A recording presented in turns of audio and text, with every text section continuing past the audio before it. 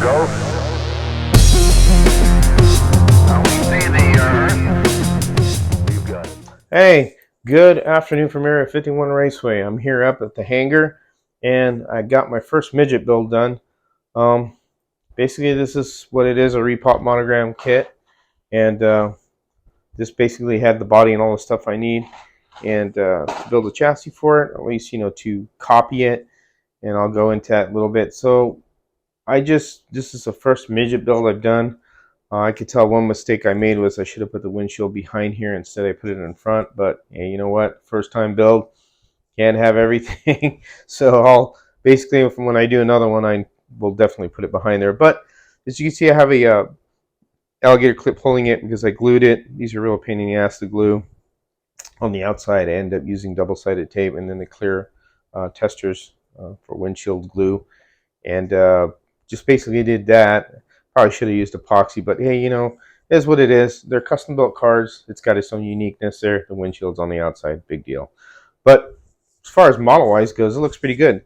Now, this is a piece of brass that I painted and drilled holes in the motor so I could actually have like a, instead of the plastic one, a metal one, because I figure if these cars tumble, this will be the first thing to break if you use the model kit one, because this is a static model, obviously. Then what I used was the CB design wheels for this, and they are the CB D 1600 wheels, and the rib wheels. And then I end up using a 20. Let me make sure I get the number correct. 28 125 Paul gauge tires, and then I had some inserts lying around from another kit, and that's what I put it in to make the steel wheels. And the chassis is brass, as you can see. This is all, I put this all together, and then how I did these and how I did the front struts, because this is all brass, is really easy, and anybody could do it. So when you get the model kit, what I did was, all I did was copy these out of the brass that I use. And then, I didn't exactly make the bumper the same way. I made it similar. I used the axles as the width, what it would be. And I used the skinnier tires, which I may think about getting the larger ones, which I've been talking to Matt B, who's currently building one. And he was the one we did the challenge on at Home Racing World with the Milner, Falfa car. His was obviously the Milner coupe, Ford coupe, Deuce coupe. Basically, we're chatting, and Harry's been chatting, and so has been Dave. I'm thinking maybe of doing a midget proxy here at Hangar 1. But right now, it's nothing that's, it's in the works, and I'm not doing anything yet. I'm trying to figure out where we would stand with what to use and all that, because you guys got to remember, a lot of this proxy rules and racing takes a lot of time and effort. As Harry, you could ask Harry, as it sure does take a lot of time and effort, and then you got to plan things out. And I don't know if I'm exactly ready for that, so I may just have an impromptu where, if you want to send your midget car, we could run them around and test them out. But I think it'd probably be best to go with a wider tire in the back, because these tend to be tippy, even though this kind of looks to scale, because they did use the skinny tires according to what model kit says, and looks like, and what that looks like. So I basically built it to kind of like, modeling part of it. But I believe the bigger, wider tires in the back will make it more stable. The car does run real well. At 10 volts, it's fine. It'll get a little tippy if you increase it to 12, and then it wants to tip over, and then, it crashes. But for the most part, it's a fun build, and we're I'm thinking about doing it, and just like I said, it's just something I have in mind. It's not a permanent thing, but these kits are readily available. I mean, they're pretty cheap right now. I believe they're cheap. I could be wrong. I haven't looked lately, but the Monogram Midget kit is available out there from any hobby place, and you can pick one up. There's also another brand, I can't remember it. They make one also that's a little bit more pricey, but I think it comes with the chassis and the motor as well, so it's actually like a slot car midget. I haven't tried that one out. Maybe later I will, but this is a model kit I picked up fairly cheap from eBay, and it's been sitting for about, I think maybe over half a year, maybe a year.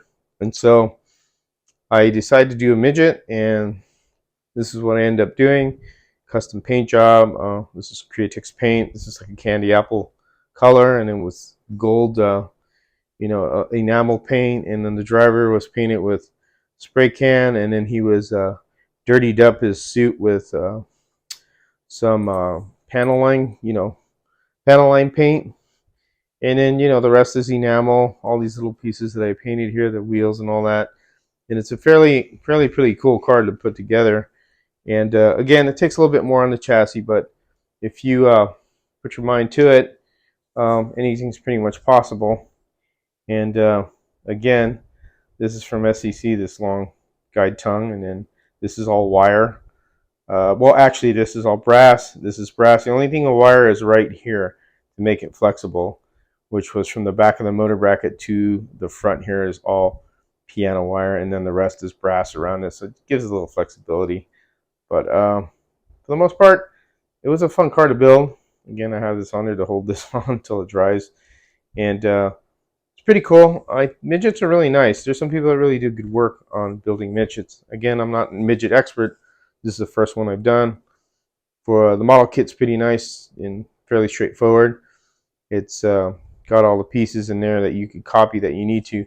And the brass I did use for this, for the making the little wires and everything, was give me a sec here, was 8161 is what I used. So 8161 is what I used to make these pieces right here. And then this is kind of like a tension mount here. As you can see, this is going through here, and this is holding the body on, and that's the only thing that holds the body on, and it works. I thought about putting it through here, but then I would need a real long screw, and then the wires are here, so I ended up doing this as kind of like an accident because I was trying to figure out how I was going to do it. But that's one way of mounting it, and then of course I cut the bottom out because I wanted the chassis to go through. But there's different ways to do this. Other guys have probably done it before as well. I'll probably do a little bit different than I do, and probably a better method. But this is what I came up with because that's what I had in front of me, because I didn't know how I was going to mount it, and that was kind of like a little accident how that happened. But it holds on and it doesn't come off when it crashes, so you just got to be careful with the wire, obviously, make sure it's in there. This is also a short can motor, so the 18,000 Predator, it's a 1/8 axle with the 927 tooth gear combination. So, but just wanted to share that with you guys. Just fooling around as usual with making cars. I never really plan anything out. I just start putting a chassis together and just trying to fit the chassis for the model. So, as always, hope you found this informative. And again, I'm thinking about it. I'm thinking about maybe hosting a proxy for midgets, but this is just in the works. It doesn't mean it's going to happen yet, but later on in the future, well, most likely I will, because it does take a lot of time to do. So, as always, you take care and have fun racing.